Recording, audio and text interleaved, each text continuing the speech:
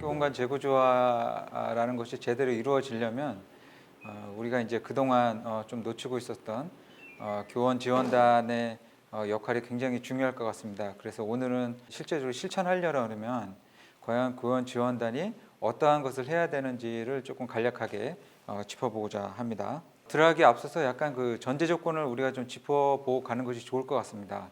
첫 번째로는 제가 그 학교원과 관련돼서 연구한 그 리스트를 한번 잠깐 살펴보시면요.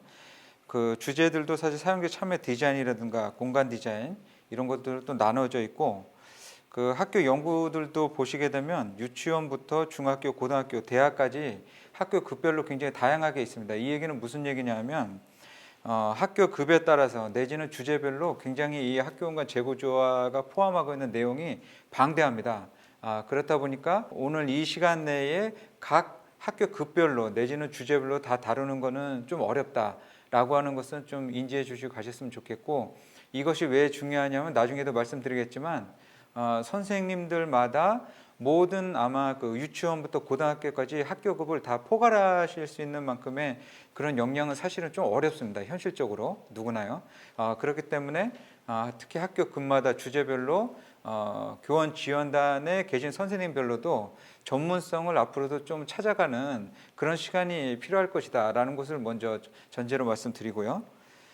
두 번째로는 그럼에도 불구하고 제가 그동안에 이제 컨설팅을 하거나 아니면 최근에 했었던 퍼실리테이터 활동들을 보게 되면 학교들마다 갖고 있는 공통적인 그런 요소들이 있습니다. 이 요소들이라고 하는 것은 필요한 요소들이죠.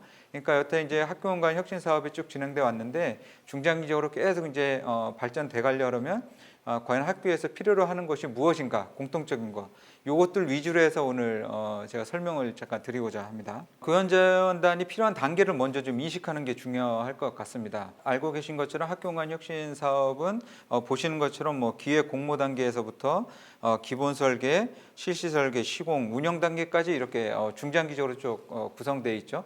그 중에서 많이 알고 계신 것처럼 공간 디자인 관련된 퍼실리테이터 분들이 기본 설계부터 시공 단계까지는 참여를 하시게끔 지금 가이드라인에 되어 있습니다.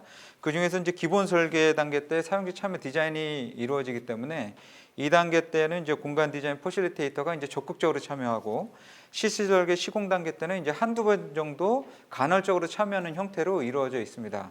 그래서 이제 실시 설계나 시공 단계 때도 이제 앞으로 계속 지속적으로 보완해 나가야 되지만, 일단은 학교에서 가장 필요한 단계는 뭐니 해도 이 기획 단계, 아무도 이제 사실은 지원해 주기가 어려운 이 기획 단계, 공모 단계, 그 다음에 이것들이 최종 이제 시공되고 나서 쓰여지는 것이 최종 우리의 목표이기 때문에 운영 단계가 중요한데, 이 양 단계는 현재까지 사실은 지원이 거의 부재한 실정입니다. 그래서 오늘 두 단계를 비춰봤었을 때 어떠한 것들이 과연 교원지원단에서 해주면 좋을지를 중점적으로 제가 설명을 좀 드리고자 합니다. 목차를 간단히 말씀드리면, 첫 번째로는 아까 말씀드린 것처럼 학교 현장에서 지금 현재 가장 필요한 요소가 뭐냐라는 것을 좀 언급해 드릴 거고요.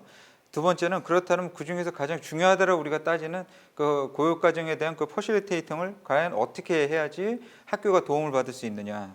세 번째는 이것을 실천하려면 결국은 그 사람이 하는 것이기 때문에 그 거버넌스가 제일 중요해서 이 퍼실리테이팅 거버넌스는 과연 어떻게 구축을 해야 되느냐. 네 번째로는 앞에 말씀드렸던 것처럼 기획 공모 단계가 사실은 설계 단계부터 시공 운영 단계까지 거의 대부분을 차지할 만큼 비중이 높다고 볼 수가 있습니다. 그러면은 이러한 것을 하려면 사전 디자인 워크숍이라는 게 제 개인적으로는 필요한데, 이런 걸 과연 어떻게 좀 운영을 하면 좋을지 제가 제안을 좀 드리고자 하고요.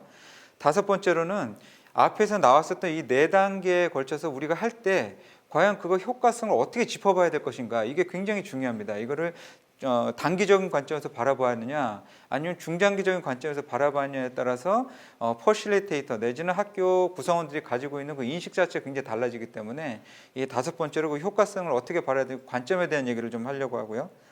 마지막으로는 이제 교원 지원 활동을 하실 때 지원단에서 어떠한 거를 좀 참고하면 도움이 될지 개인적인 차원에서 이렇게 좀 제안을 드리고자 합니다.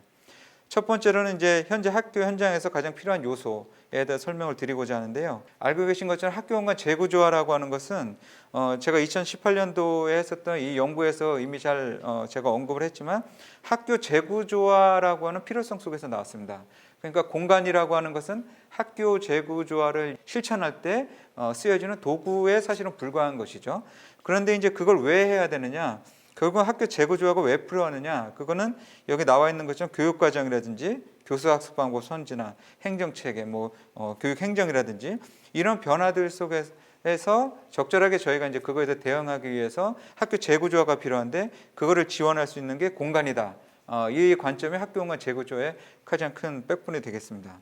이런 걸 기반으로 해서 제가 2018년도에 매뉴얼을 만들었는데요. 이건 개발한 홈페이지에 들어오시면 PDF로 다운받아서 보실 수가 있고요. 이 안에 보면 제가 한 20가지 정도의 공간 모형들을 이렇게 쭉 제시한 것이 있습니다. 근데 이제 많은 분들이 그동안 보셨던 공간 재구조화라고 하는 관점이 아닌 그냥 단순하게 미래학교 공간이라는 관점에서 봤었을 때는 가운데 보이는 저 모형 그림들을 많이 보셨을 거예요. 근데 제가 사실 이 연구를 하면서는 앞에서 이미 제가 설명을 드렸지만 학교 공간 재구조화라고 하는 것은 학교 재구조화를 실천하기 위한 하나의 도구다 라고 하는 관점에서 가져왔고 또 그것이 우리나라에 가장 필요하다는 것을 사실은 많은 해외 사례나 문헌을 통해서 제가 알 수가 있었습니다.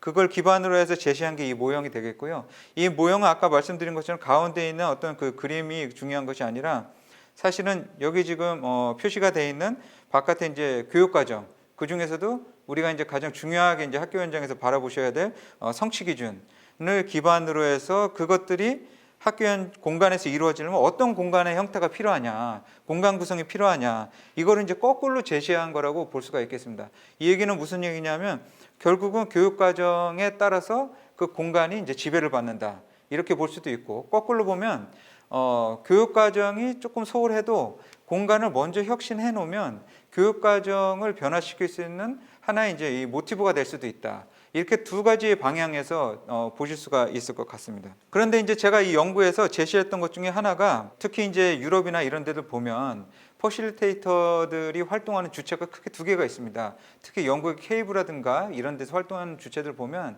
우리나라에서 지금 하고 있는 공간 디자인 퍼실리테이터, 특히 건축가들이 활동하시는 분들도 있고, 그 다음에 이제 교장 선생님처럼 경험이 많으신 학교 공간에 대해서 또 교육에 대해서 경험 많으신 선생님들도 활동을 하고 계십니다. 이미 영국 같은 경우에는. 그래서 제가 이 연구를 제안할 때도 첫 번째 줄에 보이시는 것처럼 시설 전문가 외에 교육과정 전문가도 같이 W에서 이제 이중적으로 들어가 줘야 된다. 이 얘기를 했습니다. 그리고서 이것이 그냥 멈춰져 있으면 되는 것이 아니라 그 위에 그림에서 보시는 것처럼 서로의 경험 교류를 통해서 지식적으로 이제 성장 발전해 나가야 된다. 이 얘기를 사실은 이제 드렸던 바가 있습니다. 그래서 오늘 이 자리가 굉장히 의미 있는 자리라고 이제 볼 수가 있겠죠. 그러면 이 시점에서 잠깐 이제 그 외부에 과연 학교 공간 재구조를 어떻게 선생님들이 학교 현장에서 이해하고 계신지 이 사례를 한번 잠깐 살펴보도록 하겠습니다. 조금 이 공간화에 대해서 생각을 했지 내 속하고는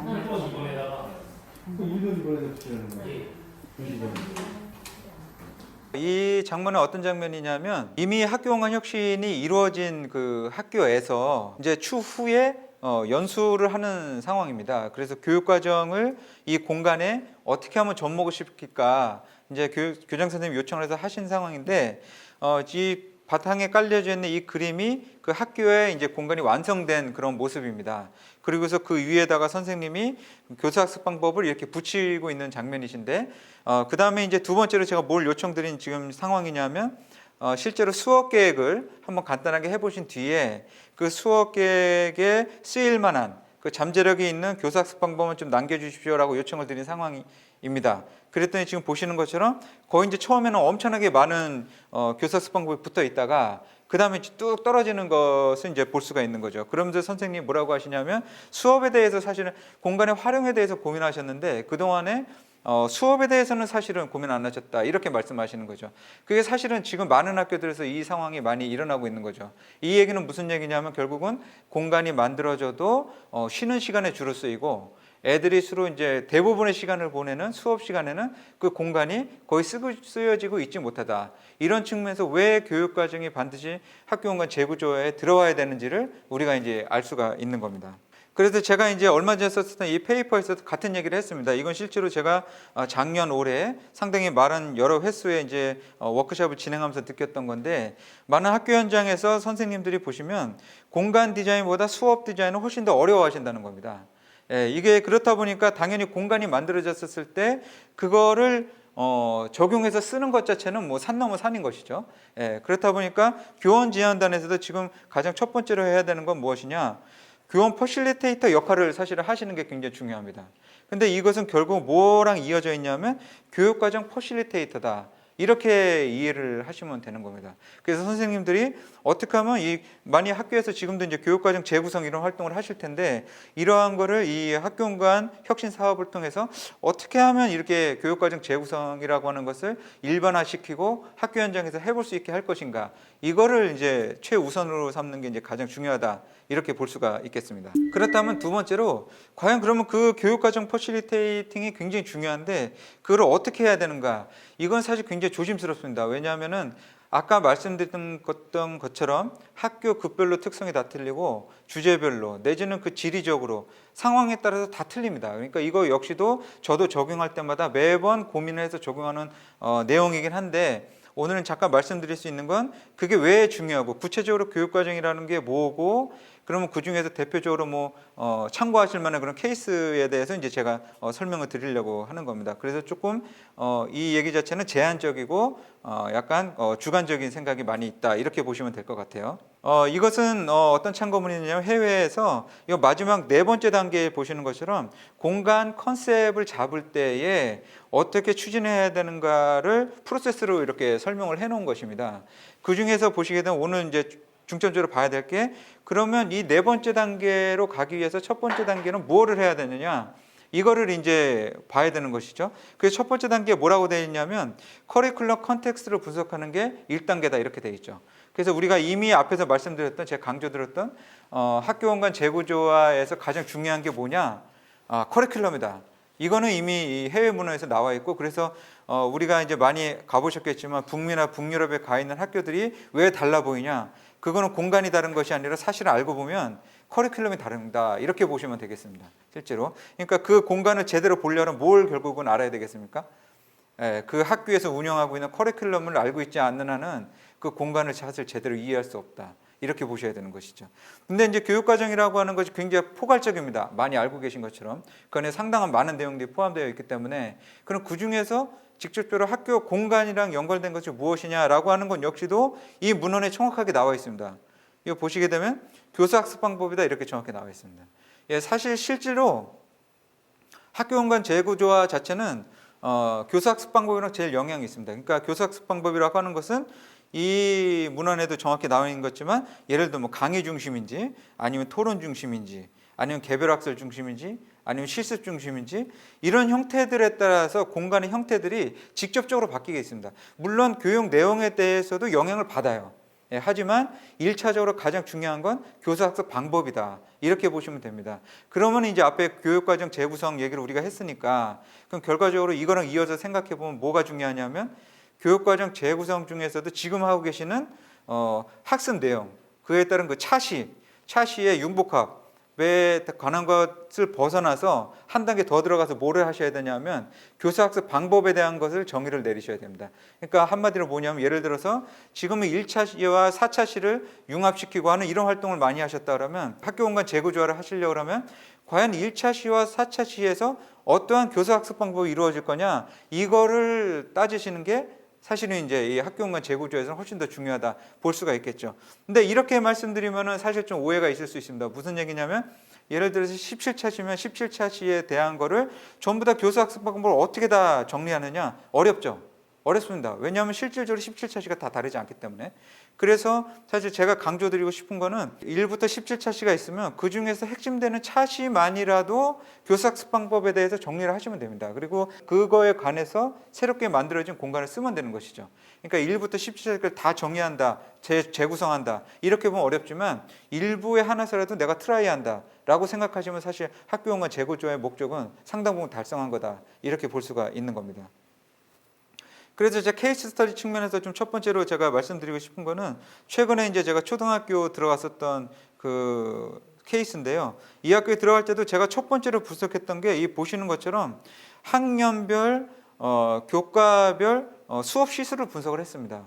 왜 이거를 분석할 수밖에 없냐면 A라는 공간이 만들어졌을 때 가능하면 쉬는 시간 이외에 교과 시간에 많이 써야 되고 그 교과 시간이라면 그 중에서도 수업 차수 비율이 높은 교과에 쓰일 수 있도록 만들어주는 것이 훨씬 중요하기 때문에 퍼실리테이터 관점에서 먼저 들어가면서 알아야 될 것은 사실 그 학년별 내지는 학교 급별 그 교육 과정에 대해서 포괄적으로 조금 분석을 하고 먼저 들어가는 게 제일 중요하다.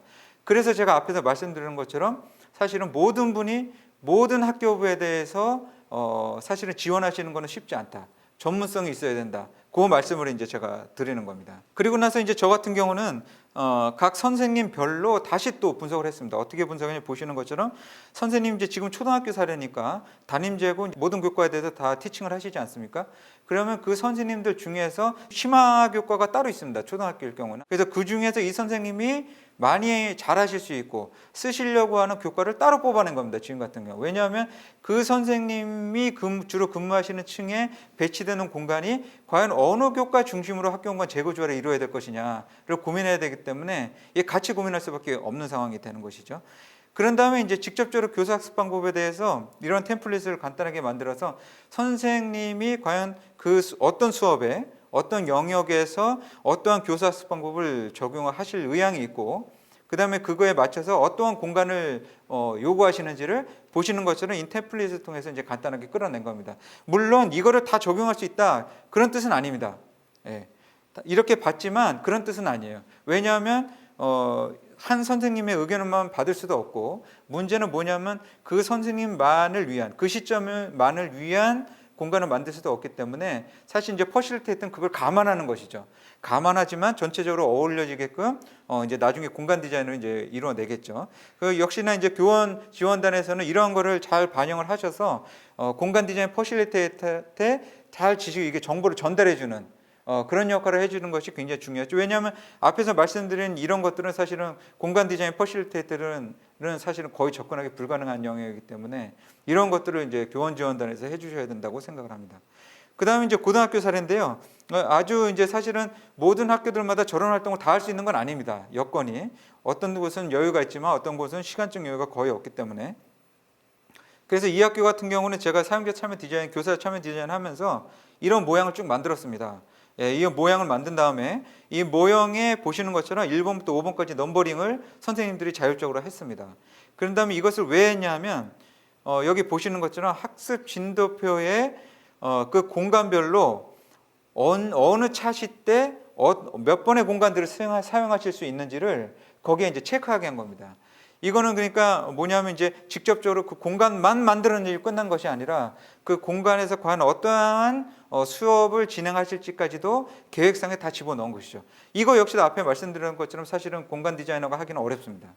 이거 자체도 역시 선생님들이 이해할 수 있는 부분이기 때문에 이런 이제 방법들을 찾아서 적용해 주시는 것이 이제 굉장히 중요하다고 볼 수가 있겠죠. 근데 앞에 말씀드린 것처럼 유아교육 과정은 2019 개정 누리 과정을 이해하셔야 되고 초등학교일 경우는 노래중심 교육과정이라는 걸 이해하셔야 되고 중학교는 교과실제를 이해하셔야 되고 고등학교는 고교학점제를 이해하셔야 됩니다. 그러니까 이렇게 하려면 네 가지를 다 이해하는 게 쉽지가 않겠죠, 사실은.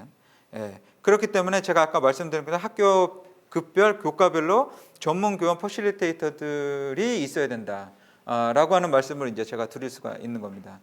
그래서 이제 교육과정 퍼실리테이터를 어떻게 이해하시면 어렵냐면 공간 아이디어 퍼실리테이팅이라고 이해하시면 어렵습니다. 왜냐하면 공간 디자인 측면에서 접근하시게 되면 교육과정에 대해서 온전히 집중하시기가 어렵습니다. 시간상 여러 가지 여력상 그렇기 때문에 교육과정 퍼실리테이터는 어디까지나 교육과 공간을 연계하는 중간자적인 역할이다.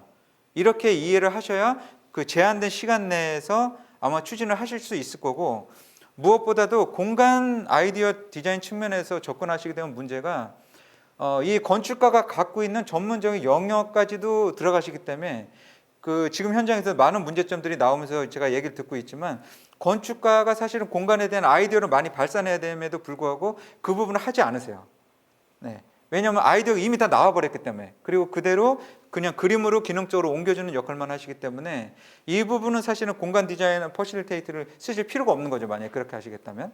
네, 그렇기 때문에 교육과 공간을 연계하는 부분에 집중하시는 게 굉장히 중요하다. 이렇게 보시면 되겠습니다. 세 번째로는 퍼실리테이팅을 잘하려면 거버넌스가 너무나도 중요합니다. 왜냐하면 결국은 이것이 사람을 통해서 다 이루어지는 거기 때문에 그래서 이걸 어떻게 구축할 것인가 우리가 고민을 해야 되는 것이죠.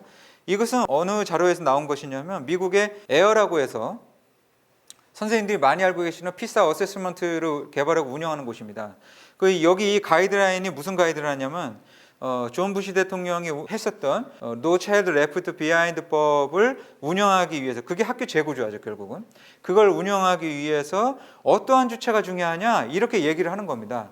근데 거기 성공 키 요소가 있는 4가지가 있는데 이 자료에 나오는 것처럼 제일 중요한 요소는 누구냐면 교육청 담당자입니다. 예, 실제로 제가 경험상으로도 그렇고요. 왜냐하면 교육청 담당자의 의사결정에 따라서 예산도 정해지고 심지어는 나중에 시공의 모양도 완전 달라집니다. 예, 그래서 이 교육청 담당자가 제일 중요하고 두 번째로 이제 교장 선생님, 세 번째로는 학교 구성원, 네 번째가 이제 비용과 공기입니다. 그래서 이거를 어떻게 교원지원단에서 인식을 하셔야 되냐면 교원지원단 거버넌스를 이제 구축하셔야 되는데 첫 번째로는 그러면 앞에 있는 레퍼런스를 참고하자 그러면 어떻게 뭘 가장 중요시 하셔야 되냐? 교육청과의 네트워크를 가장 중요시 하셔야 됩니다. 이 얘기는 무슨 얘기냐면 교육청 담당자와 네트워크 가져가셔서 사업 추진 프로세스라든지 난 사업자 선정 방식 이것도 굉장히 디테일한 부분인데 굉장히 너무나도 중요합니다. 사업자 선정 방식이라든지 아니면 교육지원청 같은 곳에 이제 감독의 권한 그 다음에 이걸 가장 만들고 나서 어떻게 홍보할 것인가 이 부분까지도 교육청과의 네트워크를 통해서 지속적으로 협의를 하셔야 됩니다. 그 다음에 두 번째로는 이제 학교인데 학교와 네트워크 왜 중요하냐면 사실은 이 학교와 교육청을 연결해 주는 것도 사실은 이 교원지원단에서 해주는 중요한 역할이라고 저는 개인적으로 생각합니다. 그 다음에 마지막으로는 공간 퍼실리테이터와의 그 브릿지 역할인데 앞에서 말씀드렸던 것처럼 결국은 이 공간 퍼실리테이터도 학교랑 연결돼야 되고 교육청이랑 연결을 돼야 되는데 지금 현재 이제 학교 현장에서 많이 나오는 문제점들이 서로 언어 소통이 안 되는 겁니다. 의사소통이 선생님이랑 학교랑 쓰는 언어가 다르고 그 다음에 교육청과 또 공간 디자이너가 쓰는 언어가 다르고 심지어는 교육청과 학교가 갖고 있는 관점이 다릅니다.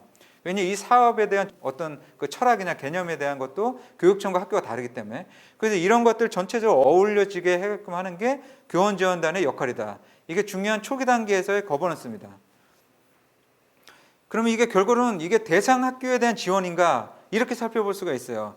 근데 결국은 이렇게 보면 이건 학교 현장만의 아닙니다. 이 결국은 이 학교만 혁신이라고 하는 재구조화라고 하는 것은 결국은 교육청, 학교, 공간, 퍼실리테이터까지 이어서 이 세 개의 주체에 대한 총괄적인 그 어떤 네트워크를 구축해 주는 게 이게 이제 사실은 이 거버넌스 구축하는 데 있어서 너무나도 중요하다는 것을 우리가 이제 알 수가 있겠죠. 그 다음에 이제 담당 교사 1인으로 가능한가가 이게 중요합니다. 왜냐하면 지금 제가 아까 말씀드린 연수나 컨설팅이나 워크숍을 해봤을 때 대부분 한 선생님하고만 저랑 이제 연결을 하게 되는데 이렇게 하게 되면 어떤 문제가 생기냐면 이 선생님은 지금 보시는 건 주로 행정을 담당하게 되어 있습니다. 개혁이나 워크숍이라든지 이런 것들. 그러면 이 선생님은 뭐를 하실 수가 없냐면 디자인을 하실 수가 없어요. 왜냐하면 실질적으로 업무로도 굉장히 과중하고 이 담당 행정하시는 선생님 보통은 이제 부장 선생님들이 하시게 되는데 부장 선생님들은 그 보직 자체로도 굉장히 많은 업무를 갖고 계시기 때문에 이 디자인에 대해서 고민하실 여유도 없고 문제는 이 디자인을 담당하시는 분은 언제까지 이어져야 되냐면 실시 설계, 시공, 그 다음에 운영까지도 이어져야 됩니다. 나중에. 네. 그렇기 때문에 이 한 분 행정하시는 지금과 같은 1인 체제의 그런 시스템으로는 사실은 학교 공간 재구조화가 중장기적으로 갈 수가 없어요. 그래서 이 디자인 관련돼서 전담으로 해주실 그런 선생님이 필요하고 여기에 추가적으로 아까 제가 말씀드렸던 이 사업의 최종적인 골은 교육과정을 실천하는 것. 그러려면 결국은 뭐가 있습니까? 나중에 건물이 지어지고 나서 운영 단계 때 그 수업이 이루어져야 마지막 성취를 한 겁니다. 결국은. 그렇기 때문에 결국은 지금과 같은 1인 체제가 아니라 지금 보이시는 것처럼 행정과 디자인과 총괄이 서로 어우러지는 적어도 3명 정도의 구성이 돼야 됩니다. 이런 거 역할도 역시 사실은 공간 디자이너가 해주기는 어렵죠. 왜냐하면 이런 것들을 갖다 구조를 사실은 공간 건축가들은 학교 문화를 이해하기 어려우시기 때문에. 근데 문제는 여기서 끝나지 않습니다. 뭐냐면 1년 있다 이분들이 다 학교를 떠나면 그 다음에 논의점이 없습니다. 논의하실 분들이 없어요. 그러니까 어떻게 해야 되냐면 저 같은 경우에는 부임 경관연수를 반드시 고려합니다.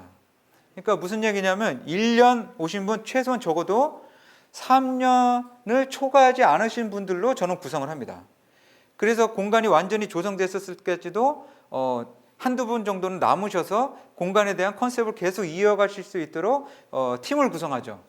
예. 근데 이런 것 역시도 사실은 학교 현장에 대해서 좀 이해를 하고 교원의 어떤 인사제도라든지 이런 것들 이해하시는 분들은 가능하겠지만 일반적인 건축가는 어렵겠죠.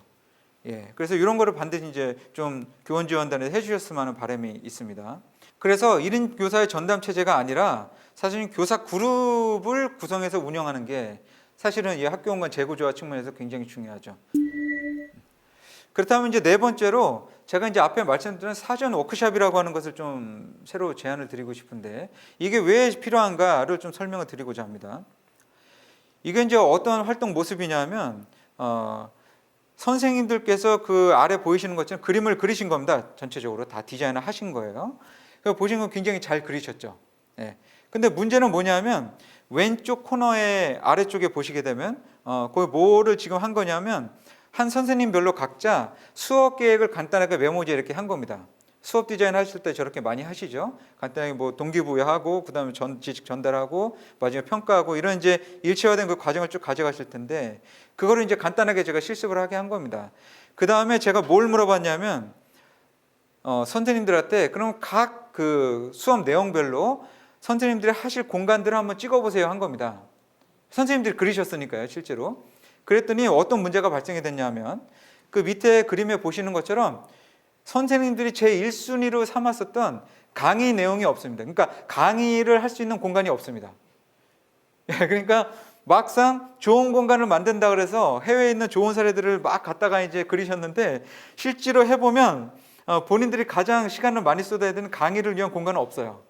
예. 그래서 제가 왜 디자인 워크숍을 해야 된다고 말씀드리냐면 이게 사용자 참여 디자인을 본격적으로 들어가게 되면 이런 것을 논의할 시간이 없습니다. 시간적 여유가.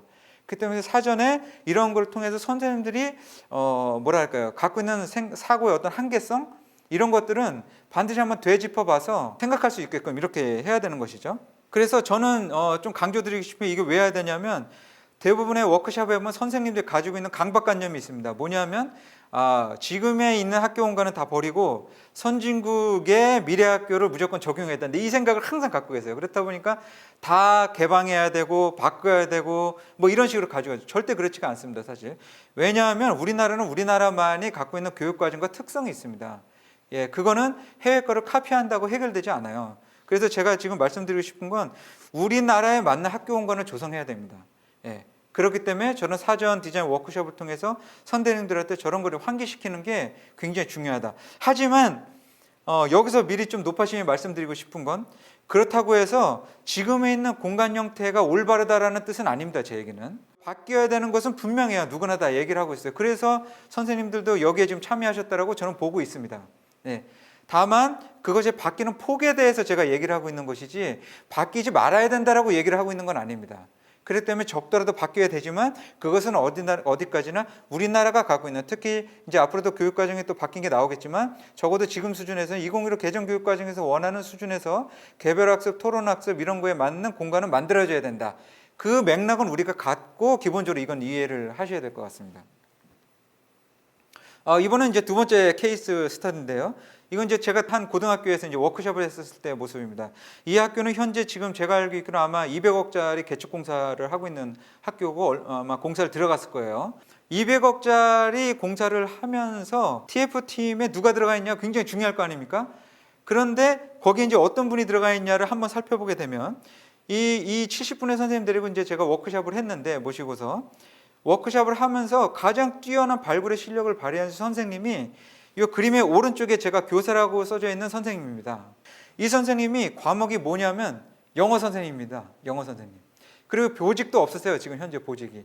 그렇다 보니까 당연히 건축 TF에는 들어가 있지 않겠죠. 그러니까 많은 분들이 오해하시는 게 예를 들어서 뭐 수업을 잘 가르치시는 분이 뭐 다른 것도 잘 잘하실 수 있겠지만 그거와 디자인적으로 뛰어나신 선생님은 좀 다를 수 있습니다. 제 얘기는. 근데 그런 거를 이제 선별해내는 게 굉장히 중요하죠. 제가 아까 참여 주체를 얘기했었죠.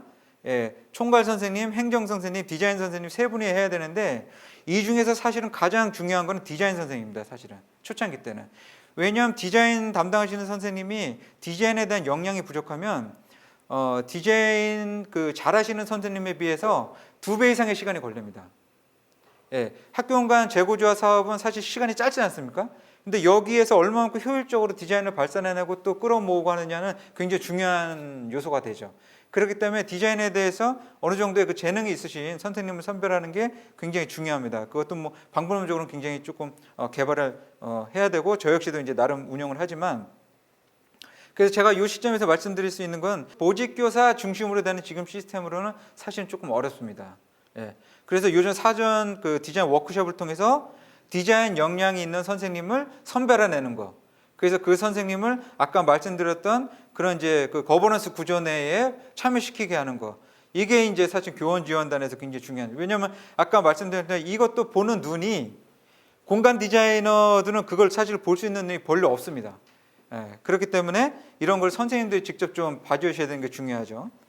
A, B 두 개의 학교에서 동일하게 학생 대상의 1차 디자인 워크숍을 했었을 때의 모습입니다. 예, 근데 마지막 화면에 보셨던 것처럼 동일한 툴을 사용을 했습니다. 그런데 A 학교는 지금 보시는 것처럼 1시간 만에 이러한 결과물을 만들어냈어요. 예, 근데 B 학교는 마지막에 보셨던 것처럼 그렇게 논의를 하다가 끝났습니다. 그냥 워크숍이. 근데 또 놀라운 공통점은 뭐냐면 A 학교, B 학교 다 거기에 참여했던 학생들이 건축 동아리 학생들이라는 겁니다. 그런데도 불구하고 어떻게 A하고 B 학교의 디자인 그 퍼포먼스가 이렇게 달랐을까요? 예. 그거는 어디서 알 수가 있냐면 A 학교에서 그동안 건축 동아리에서 1년 동안 뭘 했는지를 보면 알 수가 있습니다. 이 보시는 것처럼 A 학교 같은 경우에는 공동 디자인 워크숍을 1년 동안 운영을 했는데 주로 뭐를 했냐면 여기 보시는 것처럼 계속 포스트잇도 붙이고 하면서 내가 어떤 공간이 필요하고 어떻게 그 공간을 구성해야 되느냐 이런 것들 위주로 굉장히 워크숍을 활발하게 했었어요. 근데 B 학교는 뭐를 했냐면 여기 보시는 것처럼 모형 제작을 했습니다. 이거를 많은 분들이 오해를 하고 계신데 모형 제작을 하는 것과 공간 구성에 대해서 고민하는 것은 전혀 별개의 문제입니다. 아이디어가 있어야 모형을 만드는데 아이디어가 없으니까 사실은 논의하다가 시간이 끝난 겁니다. 사실 저 이후로 굉장히 오랜 시간 동안 사실 끌어올리는데 많은 시간이 필요로 했죠. 그래서 지금 교원지원단에서 사전 워크숍을 하면서 뭘 체크하셔야 되냐면 이 학교의 학생들이 과연 얼마만큼 사용자 참여 디자인에 대한 역량이 있느냐를 체크를 하셔야 실제 사용자 참여 디자인 들어갔을 때 막바로 들어갈 수가 있어요. 네, 그게 안 되면 사실 선발을 다시 해야 되는 것이죠. 네. 또 만약에 그냥 들어갔다 그러면 그만큼 공간 디자인은 오해를 하겠죠. 왜냐하면 학교에서 필요한 게 거의 없다고 오해를 하거나 내지는 만들어진 걸 그냥 반영해야 됐다고 오해를 하시겠죠. 예, 하지만 전혀 그건 별개의 문제라는 겁니다. 그래서 공간 구성 스케치에 대해서 애들이 얼마만큼의 기술적인 능력을 갖고 있느냐를 사전 디자인 워크숍을 통해서 점검을 하셔야 됩니다.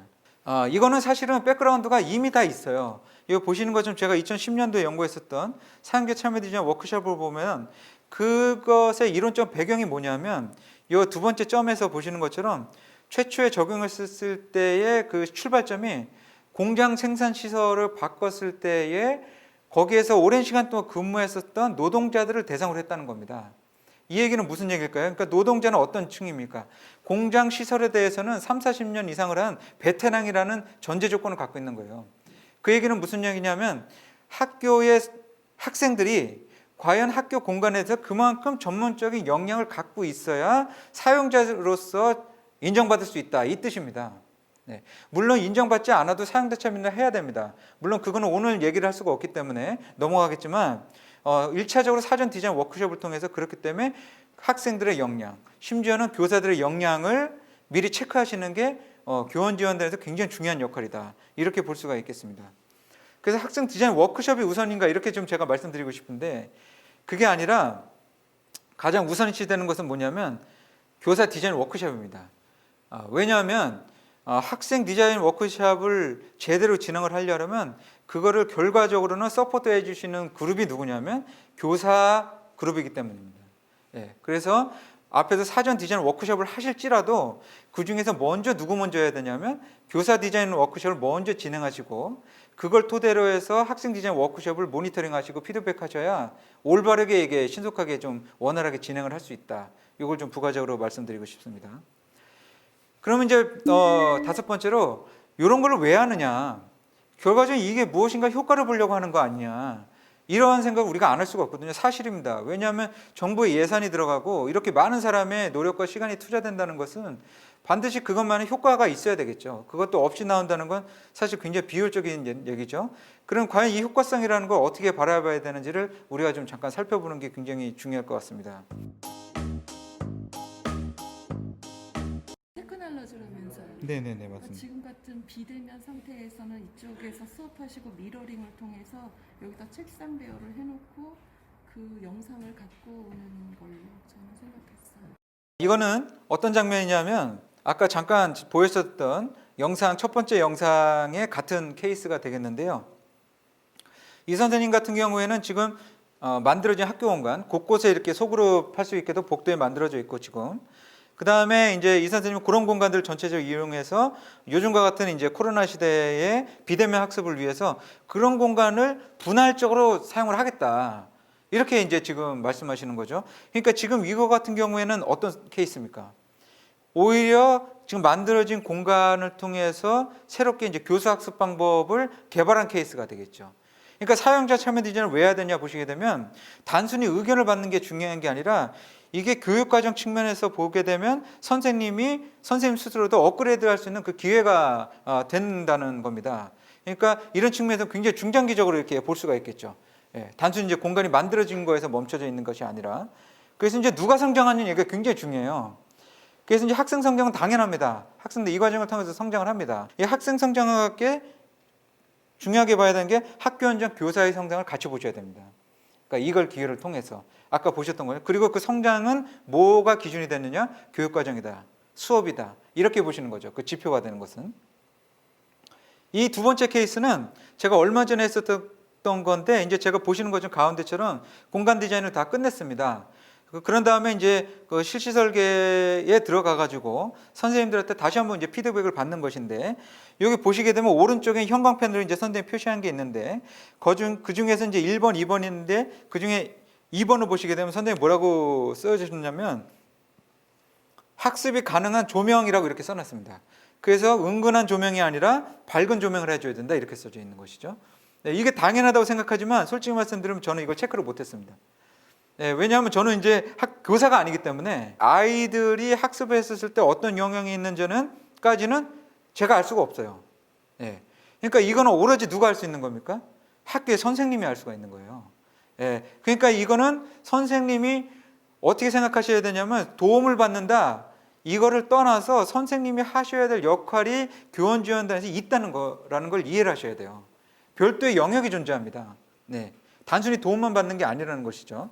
두 번째로는 보시는 것처럼 이렇게 제가 이제 쉴 수 있는 공간을 만들었는데 아이들이 다리가 안 들어간다는 거죠. 실제로 신체 사이즈나 이런 것들이 이런 것들도 보게 되면 이건 선생님만이 체크할 수 있는 겁니다. 이게 저만 체크할 수 있는 게 아니에요. 네. 이런 측면에서 봤었을 때 학생 의견을 누가 잘 박연할 수 있냐면 사실은 퍼실리테이터가 아니라는 겁니다. 제 요지는 실제적으로 구체적인 그 아이디어 자체는 학교 현장의 교사가 훨씬 더 잘 반영한다. 네, 역할이 있다. 이렇게 보시면 될 것 같습니다. 그 다음에 세 번째 케이스 스터디는 이분은 아마 영상에서 많이 보셨을 텐데 원래 이제 진보고등학교에 계셨던 선생님이죠. 그래서 제가 이 선생님 얼마 전에 뵀습니다. 어디서 뵀냐면 원래 진보고등학교에 계셨던 선생님인데 평창고등학교에서 또 뵀습니다. 불과 몇 개월 전에. 근데 정말 신기한 것은 평창고등학교 가니까 선생님이 이런 공간을 또 만드신 거예요. 네.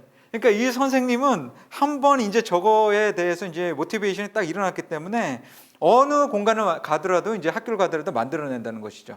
예, 보시는 것처럼 굉장히 이번엔 또 약간 다른 스타일로 또 만들어냈습니다. 그래서 제가 이제 해당 학교만의 이게 문제냐 이 사업 자체가 이렇게 보게 되면 아니다. 이 효과라고 하는 것은 대상 학교도 당장 효과를 봤지만 더 큰 거는 그 교사가 근무하는 학교들은 다 영향을 받을 것이다. 예, 제가 이렇게 보는 것이죠. 예, 그래서 교원 지원단에도 이런 선생님한테 왜 이거를 내가 사업할 수 있도록 모티베이션을 할 것이냐. 이거는 이제 이런 측면에서 보셔야 된다는 겁니다. 세 번째로는 창덕 여중인데요. 이 창덕 여중에서 보면 이 국어 선생님 인터뷰하는 장면이 나옵니다. 여기에 보면 이 선생님이 뭐라고 나왔냐면 여기서 뭔가를 해보면 좋겠다라고 생각하던 차에 이제 신앙수 수업을 이 공간에서 이제 하게 됐다 이렇게 얘기를 하시는 거죠. 그 얘기는 뭐냐면 이 선생님은 공간혁신 당시에 없었습니다. 여기에. 그죠? 이 멘트를 보게 되면 나중에 와서 이 공간을 보고 쓰시게 된 거예요. 그러니까 이 얘기는 무슨 얘기냐면 이게 어떤 교사를 위한 공간이냐, 어느 시점에 있는 교사를 위한 공간이냐 보면 현재 교사들만이 아니고 미래 교사들을 위한 거라는 겁니다. 그러니까 무슨 얘기냐면 여기에 지금 있는 선생님들도 들어오시겠지만 의지가 있으신 분들은 문제는 나중에 계속 부임하시면서 이동하시면서 오시는 선생님들 중에는 이 공간을 새롭게 쓰시는 선생님이 반드시 계시다는 거예요. 네. 그래서 이 학교 공간을 어떻게 바라보느냐, 재구조에 대한 효과성을 단기적인 시점이 아니라 중장기적인 관점으로 바라보셔야 됩니다. 효과적인. 예. 그래야지 이 사업 자체가 굉장히 의미가 있고 여기서 왜 바꿔야 되는지 의의가 있는 것이죠. 그 다음에 이제 마지막으로 짧게 무엇을 참고해야 되는지 잠깐 간단히 짚어보도록 하겠습니다. 제가 봤을 때 가장 중요한 건 학교 공간 재구조화라는 걸 아직 이해를 못하신 분들이 많이 있어요. 예. 그래서 학교 공간 재구조에 대한 거를 보고서가 좀 지루하실지라도 반드시 여기서 정의를 하나하나 다 사례를 들어서 설명을 했기 때문에 이 보고서를 보시고 학교 공간 재구조의 의미를 가지시고 정리를 좀 하시고 그 다음에 이제 고교학점제 특성이 있기 때문에 이런 이제 참고서를 좀 보고서를 보시면 좋을 것 같고요. 아까 말씀드렸던 매뉴얼이라든지 그 다음에 이제 개발에 썼었던 재구조와 관련된 이슈 페이퍼들이 있습니다. 여기는 주로 해외 사례들이 많이 있습니다. 요거 참고를 하시고요. 요 노르웨이의 보고서라든지 그다음 요건 이제 강원도교육청에서 얼마 전에 이제 저랑 같이 해서 만들었던 가이드라인입니다. 요 안에 보면 우수 사례 모델 사용자 참여 대상 동영상 이런 식으로 쭉 나와 있습니다. 그래서 여기는 정보 중심으로 되어 있어요. 예, 이걸 보시면 대부분 제가 이제 내비게이션 역할을 하라고 만든 건데 요 보시면 이제 구체적으로 나와 있고 이런 동영상에 대한 설명도 나와 있고 예, 마지막으로 이제 그린 스마트 스쿨에 대한 이런 저 인터뷰 영상이라든지 아니면 제가 최근에 썼었던 학교문의 가치라든지 이런 책들을 좀 보시면 사례들이나 이런 거는 조금 더 쉽게 접하실 수 있을 거라 생각합니다. 예, 장시간 수고하셨습니다.